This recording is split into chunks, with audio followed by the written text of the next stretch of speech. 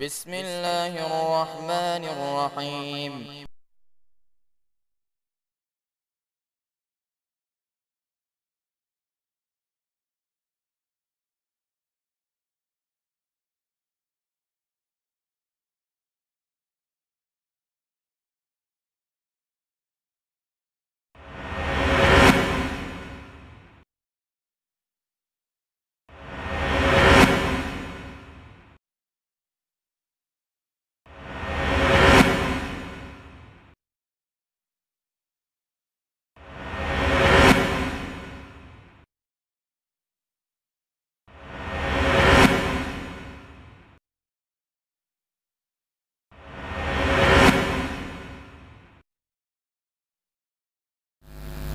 السلام علیکم ورحمۃ اللہ وبرکاتہ۔ ان الحمد للہ نحمده ونصلی علی رسولہ الکریم، اما بعد فاعوذ باللہ السمیع العلیم من الشیطان الرجیم، بسم اللہ الرحمن الرحیم۔ قد افلح المؤمنون الذین هم فی صلاتهم خاشعون۔ احباب ذی وقار، آج نماز تراویح میں آپ نے 18واں پارہ سماعت فرمایا ہے۔ اس پارے کا آغاز ہی سورۃ المؤمنون سے ہوتا ہے۔ سورۃ المؤمنون یہ مکی سورہ مبارکہ ہے۔ اس سورہ مبارکہ میں 118 آیات اور 6 رکوع ہیں۔ اس کے بعد سورۃ النور اللہ تبارک و تعالی نے اس بارے میں بیان فرمائی ہے۔ یہ سورہ مبارکہ مدنی ہے۔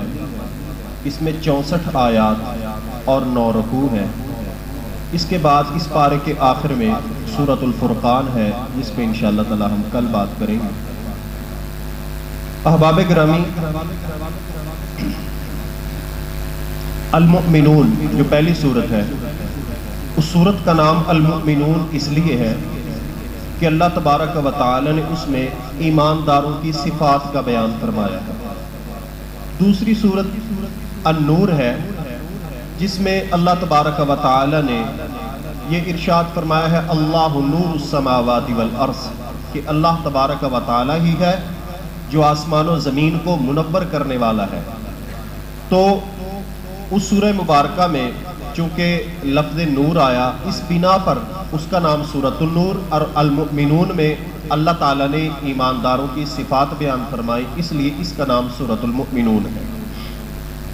اگر ہم اس پارے پہ غور و فکر کریں تو ہمیں 2 عنوان نظر آئیں گے۔ ایک عنوان اللہ تبارک و تعالی نے جو بیان فرمایا ہے وہ اس حوالے سے ہے کہ اللہ تعالیٰ نے ایمانداروں کے انعامات بیان فرمائے ہیں، اور جو منکرین ہیں پروردگار عالم نے ان کا انجام بیان فرمایا ہے۔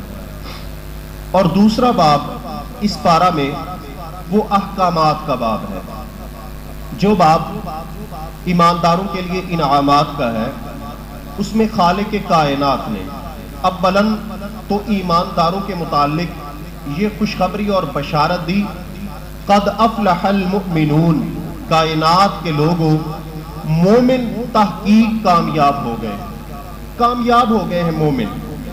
دنیا میں آپ کو یہ پریشان حال نظر آئے، دنیا میں آپ کو یہ غریب اور تنگ دست نظر آئیں، دنیا میں یہ مشکلات کا شکار نظر آئیں، لیکن میرے رب نے اعلان فرما دیا کہ دنیا میں تو یہ آپ کو پریشان ہی کیوں نہ نظر آئے، لیکن اللہ تبارک و تعالی کے نامہ اعمال میں قد افلح المؤمنون، ایماندار کامیاب ہے۔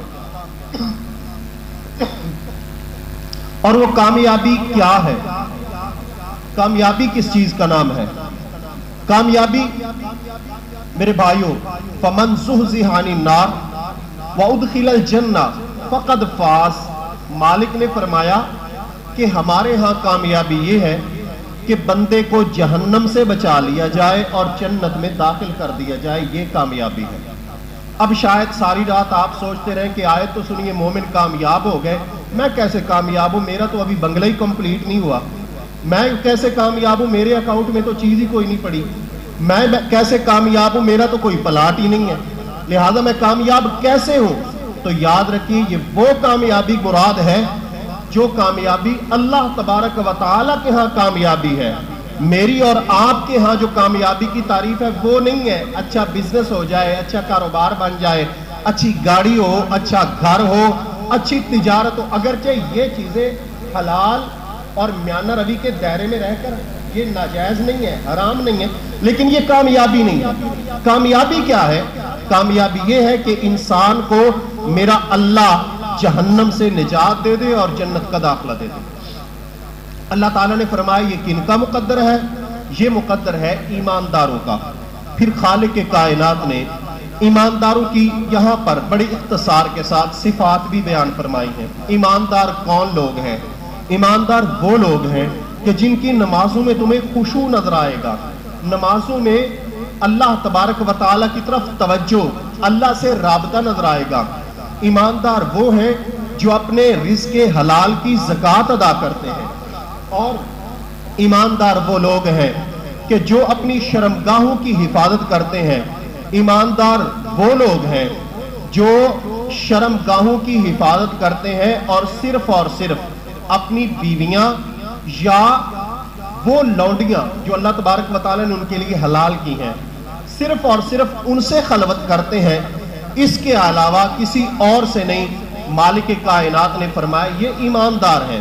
ایماندار وہ ہیں جو بےہودہ فضول اور لغو باتوں سے پرہیز کرتے ہیں, اجتناب کرتے ہیں.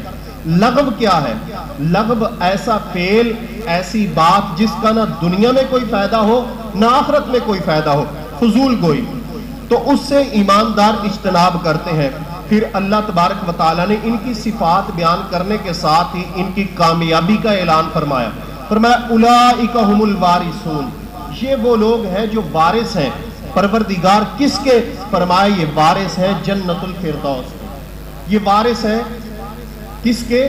جنت کے. جنت کے حقدار ہیں یہ لوگ. احباب گرامی, اس کے ساتھ ہی مالک کائنات نے پھر وہ لوگ جنہوں نے جناب نوح علیہ السلام کی تکذیب کی, اللہ تبارک و تعالیٰ نے جو انکار کرنے والے تھے ان کا طوفان کی نظر ہو جانا, طوفان میں تباہ و برباد ہو جانا بیان فرمایا. اور جو جناب نوح علیہ السلام کو ماننے والے تھے پروردگار نے ان کی نجات اور کامیابی کا بیان بھی فرمایا. اسی طرح قوم سمود کا ذکر کیا جو مانے, اللہ تبارک و تعالیٰ نے نجات دی. جنہوں نے انکار کیا پروردگار نے ان کو چیخ اور کڑک کے عذاب سے تباہ و برباد کر دیا. پھر اللہ تبارک و تعالیٰ نے اسی چیپٹر میں یہ بھی بیان فرمایا کہ اے میرے پیغمبر صلی اللہ علیہ وسلم ان لوگوں کی حالت دیکھیے کہ اے امام کائنات یہ آپ کا انکار کرتے, آپ کی تکذیب کرتے ہیں, حالانکہ میرے پیغمبر صلی اللہ علیہ وسلم آپ کی 40 سالہ زندگی ان کے اندر گزری ہے, پورا 40 سال کا تجربہ ہے آپ کا ان لوگوں کو. کہ دیکھیں میرے محبوب علیہ السلام جس کا بچپن بھی پاک, پیدائش بھی پاک, لڑکپن بھی پاک, جس کی جوانی بھی پاک, اتنے مراحل پہ کبھی میرے پیارے پیغمبر صلی اللہ علیہ وسلم سے کسی کے ساتھ زیادتی ہوئی ہو, پیارے پیغمبر نے جھوٹ بولا ہو, امام کائنات علیہ السلام کی زندگی کے اوپر کوئی الزام اور داغ ہو, ایسا نہیں ہے. میرے پیارے پیغمبر صلی اللہ علیہ وسلم دیکھیں تو صحیح, آپ کوہ صفا پہ کھڑے ہو کے ان سے پوچھ رہے ہیں کہ اے اہل مکہ یہ بتلاؤ, قد لبثت فیکم عمرا, میں اپنی عمر کا ایک لمبا حصہ تمہارے درمیان گزار چکا ہوں, تو یہ بتلاؤ تم نے مجھے کیسا پایا. میرے پیارے پیغمبر صلی اللہ علیہ وسلم, یہ لوگ کہتے ہیں جربنا کا مرارا, بڑے تجربے کیے, بڑی بار دیکھا, بڑا پرکھا, لیکن ہم نے آپ کو صادق پایا, امین پایا. میرے پیغمبر آپ کی صداقت, امانت, دیانت کی یہ گواہیاں دیتے ہیں, اس کے باوجود آپ کے پیغام کا انکار کرتے ہیں, آپ کی دعوت کا انکار کرتے ہیں. یہ کتنے تعجب کی بات ہے کہ جس بندے سے 40 سالہ دور میں کسی انسان پر جھوٹ بولنا ثابت نہیں, وہ رحمان پہ جھوٹ کیسے بول دے گا.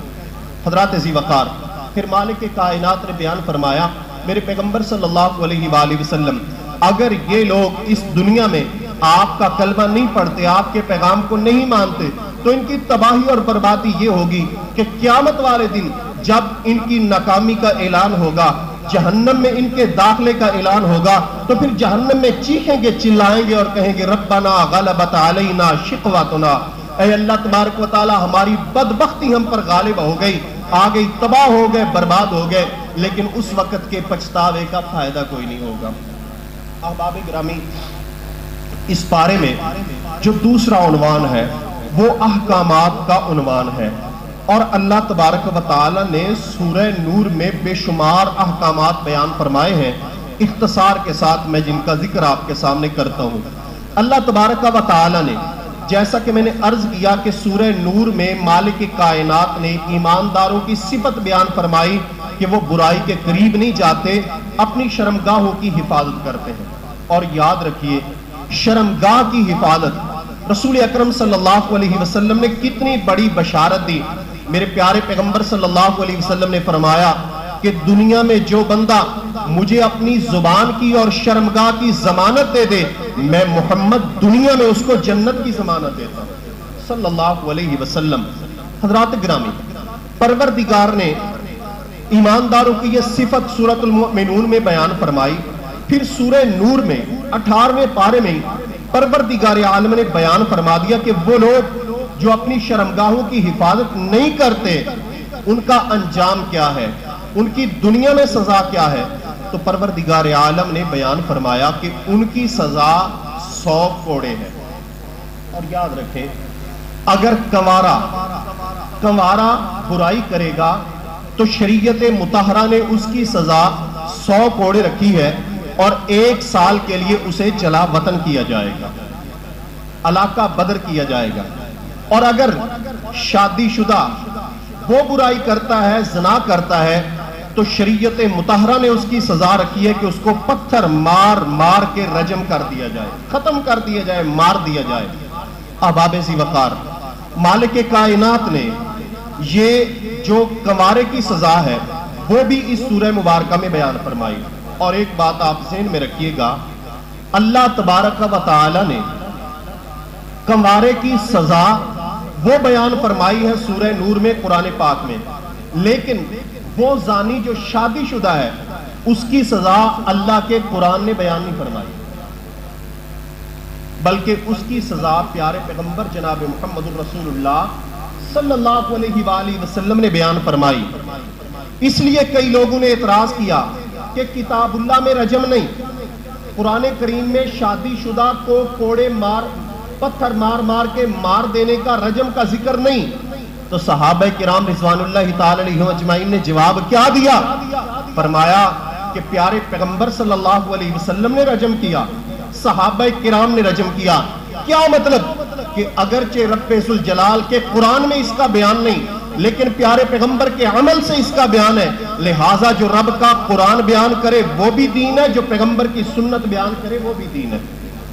لیکن بڑے کمال کی بات ہے، آپ کو پتہ ہے کہ مفتیان آف پاکستان وہ کیا فرماتے ہیں؟ وہ کہتے ہیں دیکھیں جی، قرآن کریم نے یہ تو بیان فرمایا ہے کہ کنوارا اس کو 100 کوڑے لگائے جائیں، لیکن یہ بیان نہیں فرمایا کہ اس کو 1 سال کے لیے جلا وطن کیا جائے۔ لہٰذا وہ جلا وطنی بیان کی ہے نبی مکرم صلی اللہ علیہ وسلم کی حدیث نے، تو پیارے پیغمبر کی وہ حدیث قرآن کے خلاف ہے، لہٰذا قرآن کے اوپر عمل کیا جائے گا، 100 کوڑوں پہ عمل کیا جائے گا، لیکن جو پیارے پیغمبر کی حدیث ہے 1 سال کی جلا وطنی والی، اس پہ عمل نہیں کیا جائے گا، وہ قرآن کے مخالف ہے۔ بہرحال یہ ان کا نظریہ، ہمارا عقیدہ اور نظریہ کیا ہے کہ جو قرآن کا حکم ہے وہ بھی سر آنکھوں پر، جو پیارے پیغمبر صلی اللہ علیہ وسلم کا فرمان ہے وہ بھی سر آنکھوں پر، دونوں ہی قانون نافذ کیے جائیں ملک پاکستان میں، اس کو حصہ بنایا جائے پاکستان کے قوانین کا، شریعت مصطفیٰ صلی اللہ علیہ وآلہ وسلم کو۔ حضرات گرامی، اسی طرح پھر ناجائز اگر کوئی شخص کسی پر تہمت لگا دیتا ہے، زنا کی برائی کی تہمت لگا دیتا ہے، کوئی کسی پاک دامن مرد پر یا پاک دامن عورت پر برائی کی تہمت لگاتا ہے، اللہ تعالیٰ اس سے مطالبہ فرماتے ہیں وہ 4 گواہ لے کے آئے. اگر اس کے پاس 4 گواہ نہیں ہے بے شک وہ سچا ہو. اگر اس کے پاس 4 گواہ نہیں تو اسے تہمت کی سزا ملے گی اور وہ 80 کوڑے ہیں. 80 کوڑے سزا. میرے بھائیوں، شریعت مطہرہ کا یہ قانون اتنا سخت اس لیے ہے تاکہ کوئی مسلمان صرف اپنے انداز قیافے سے کسی کے اوپر الزام نہ لگاتا ہے. لیکن اللہ معاف کرے ہماری مجلسیں، ہماری میٹنگیں، ہماری نشستیں کہ ہم کس قدر بدظنی کا شکار ہو جاتے ہیں. اتنے بدظنی کا شکار کہ ایک نیک پاک مفتی کے اوپر ہمارے پورے میڈیا نے الزام لگا دیا. کال ہی لگا ہے، حالانکہ اس بیچارے نے ٹوپی پہنائی ہے، لیکن الزامات کا ایک طوفان برپا کر دیا ہے. دونوں روزے سے تھے. اللہ تبارک و تعالیٰ سے مفتیوں کو ہدایت عطا فرمائے. حضرات ذی وقار، یہ اس حد تک جانا، یعنی برائی کی تہمت اور الزام لگا دینا، رسول اکرم صلی اللہ علیہ وآلہ وسلم کی لائی ہوئی شریعت کہتی ہے کہ اگر 4 گواہ نہیں تو کیا کیا جائے؟ 80 کوڑے لگائے جائیں. دوسری بات، اللہ تبارک و تعالیٰ نے اس احکامات کے باب میں یہ بھی بیان فرمایا، شوہر اگر اپنی بیوی پہ الزام لگاتا ہے یا بیوی اپنے شوہر پہ لگاتی ہے تو وہاں معاملہ ذرا مختلف ہے. شوہر کے پاس گواہ نہیں، الزام لگاتا ہے، اس پہ 80 کوڑے نہیں لگیں گے. اگر بیوی کے پاس گواہ نہیں ہے، برائی کا الزام لگاتی ہے، 80 کوڑے نہیں لگیں گے. بلکہ کیا ہوگا؟ قاضی کے سامنے، جج کے سامنے ان کا فیصلہ ہوگا جس کو لیان کہا جاتا ہے. ایک دوسرے کے اوپر لعنت کریں گے. کیسے؟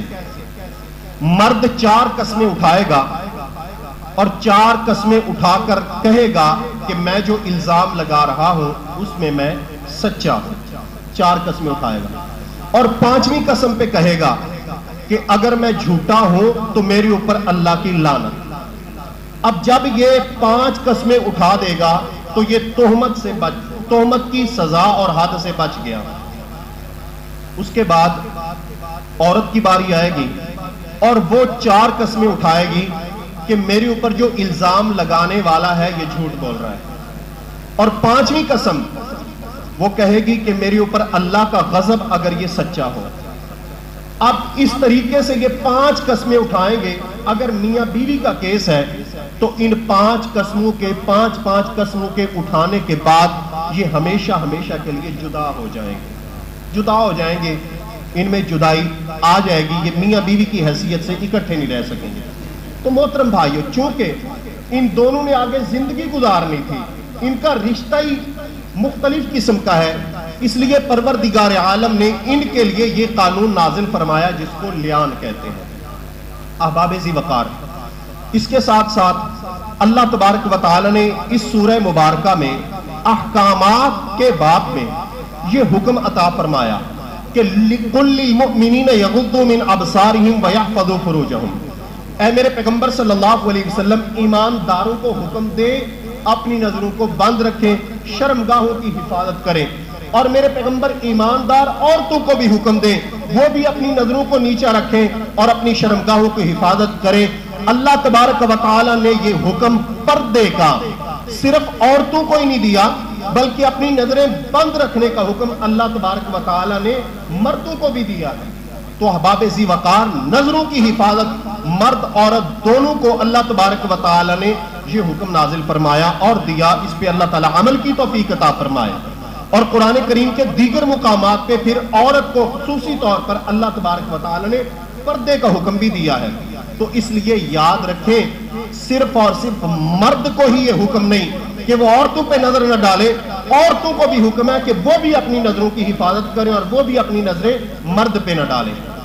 محترم بھائیوں، پھر اس سورہ مبارکہ میں اللہ تبارک و تعالی نے احکامات کے باب میں ہی تذکرہ فرمایا اس قصے کا، اس واقعے کا جس کو افک کہا جاتا ہے. وہ تہمت اور وہ الزام جو عبداللہ بن ابی منافق کی سربراہی میں سیدہ عائشہ صدیقہ رضی اللہ تعالی عنہ پر لگایا گیا تھا. اس الزام کا ذکر اللہ تبارک و تعالی نے سورہ نور میں 18ویں پارے میں بیان فرمایا اور اللہ تبارک و تعالی نے اس کو افک یعنی ایک بہت بڑا بہتان، جھوٹا بہتان مالک کائنات نے بیان فرمایا ہے، قرار دیا ہے۔ اور مالک کائنات نے فرمایا کہ اے میرے پیغمبر صلی اللہ علیہ وسلم کے صحابہ، جب تم نے یہ خبر سنی سیدہ عائشہ صدیقہ رضی اللہ تعالی عنہ کے متعلق، لولا اس سمعتموہ قلتم ما یکون لنا ان نتکلم بہذا سبحانک ھذا بہتان عظیم، تم نے کیوں نہیں کہا کہ ہم اتنی بڑی بات اپنی زبان پہ نہیں لا سکتے؟ سبحانک، اے اللہ تو پاک ہے، اور یہ بہت بڑا بہتان ہے۔ حضرات ذی وقار، یہ قصہ واقعہ بہت طویل ہے، میں آپ کے سامنے عرض نہیں کر سکتا، صرف میں اتنی بات آپ کے سامنے کروں گا، اور انشاءاللہ تعالی یہی بات صدیقہ کی طہارت کے لیے کافی ہے۔ اور وہ کیا ہے کہ پروردگار عالم نے فرمایا کہ تمہیں کہنا چاہیے تھا سبحانک، اللہ تو پاک ہے۔ اب آپ دیکھیں معاملہ سیدہ عائشہ کا، الزام سیدہ عائشہ پر، تہمت پیاری عائشہ پر، باتیں عائشہ پہ ہو رہی ہیں۔ مومنو تم کہتے اللہ تو پاک ہے، کہنا یہ چاہیے تھا عائشہ پاک ہے، عائشہ طاہرہ ہے، عائشہ پہ الزام نہیں، لیکن میرا رب فرماتا ہے کہ تمہیں کہنا چاہیے تھا کہ یہ بہتان ہے، اللہ تو پاک ہے۔ کیوں؟ اس لیے کہ جب ایک رشتہ ہو جائے، دولہے میں گڑبڑ ہو یا دلہن میں گڑبڑ ہو، جس میں گڑبڑ ہو سب سے پہلا الزام رشتہ کرانے والے پہ آتا ہے۔ کیا خیال ہے؟ مالک کائنات نے فرمایا کائنات کے لوگوں، جب تم نے عائشہ پہ زبان کھولی تمہیں یہ خیال کیوں نہیں آیا کہ عائشہ کو محمد کے گھر میں لانے والا کون ہے؟ کون ہے؟ یہ انتخاب صدیق کا نہیں تھا جو بشر ہے، یہ انتخاب فاروق کا بھی نہیں تھا، وہ تو انسان ہے، یہ انتخاب عثمان کا بھی نہیں تھا، وہ انسان ہے، یہ انتخاب پیارے علی کا بھی نہیں، یہ انتخاب میرے پیغمبر کے صحابہ کا نہیں، یہ انتخاب اس عرش والے رحمان کا ہے جو پیغمبر کی طہارت پاکیزگی کا اتنا خیال رکھتا ہے کہ اگر پیغمبر کے جوتے پہ گندگی لگی ہو آسمان سے جبریل کو نازل فرماتا ہے اور کہتا ہے جا میرے پیغمبر کو کہہ کے آ میرے مصطفیٰ تمہارے جوتے پہ گندگی لگی ہے، جوتا اتار دو۔ جو رب محمد کے قدموں میں گندا جوتا برداشت نہیں کر سکتا، وہ رب محمد کے بستر پہ گندی عورت کیسے برداشت کرتا؟ حضرات ذی وقار سبحانکا، رب نے کہا میرا فرشتہ کئی راتیں عائشہ کی تصویر پیغمبر کے خواب میں لاتا رہا اور کہتا رہا ہادی زوجتک فی الدنیا والآخرہ، اے مصطفیٰ یہ تیری دنیا میں بھی بیوی، جنت میں بھی بیوی، اس جہاں میں بھی بیوی، اس جہاں میں بھی بیوی۔ فرشتہ آتا رہا، خبر دیتا رہا، بتلاتا رہا، اور پیغمبر کا خواب وہی ہوتا ہے۔ کیا مطلب؟ امام کائنات کو یہ جو خواب آیا، امام کائنات کو یہ جو پیغام آیا، یہ پیغام اللہ کی طرف سے تھا، یہ حکم اللہ کی طرف سے تھا، یہ وحی اللہ کی طرف سے تھی، یہ اشارہ اللہ کی طرف سے تھا، اور اللہ بتلا رہا تھا اے میرے پیغمبر صلی اللہ علیہ وسلم میں عائشہ کو آپ کے گھر میں لانے والا ہوں۔ حضرات ذی وقار، اگر یہ انتخاب کسی انسان کا ہوتا سمجھ سکتے تھے کہ شاید غلطی ہو گئی ہو، انسانوں کو غلطی لگ سکتی ہے، یہ تو انتخاب اس علام الغیوب کا ہے جس کو غلطی نہیں لگ سکتی۔ اس لیے تمہیں کہنا چاہیے تھا سبحانکا، اللہ تو بھی پاک ہے، تیرا انتخاب بھی پاک ہے، تیرا انتخاب بھی پاک ہے، عائشہ پاک ہے، کیوں؟ میرے اللہ کے انتخاب ہے۔ سبحانکا، حضرات گرامی کہنا چاہیے تھا ھذا بہتان عظیم۔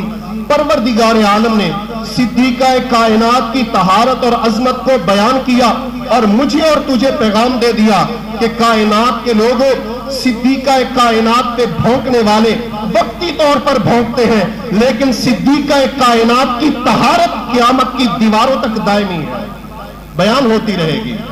حضرات ذی وقار، اسی احکام کے باب میں مالک کائنات نے پردے کے حکم کے ساتھ ساتھ ایک اور حکم بھی دیا ہے، اور وہ یہ ہے کہ جب خادمین، وہ جو گھر میں آتے جاتے رہتے ہیں، غلام جن کا گھر میں آنا جانا لگا رہتا ہے، پروردگار عالم نے فرمایا 3 اوقات ایسے ہیں کہ وہ بھی بغیر اجازت کے گھر میں نہ آئے۔ وہ 3 اوقات کیسے ہیں، کون سے ہیں؟ فجر سے پہلے بغیر اجازت کے نہ آئیں، دوپہر کے وقت بغیر اجازت کے نہ آئیں، اور عشاء کی نماز کے بعد بغیر اجازت کے نہ آئیں۔ یہ احکام کی کچھ باتیں تھیں۔ اللہ تبارک و تعالیٰ قرآن و حدیث سمجھنے کی توفیق عطا فرمائے۔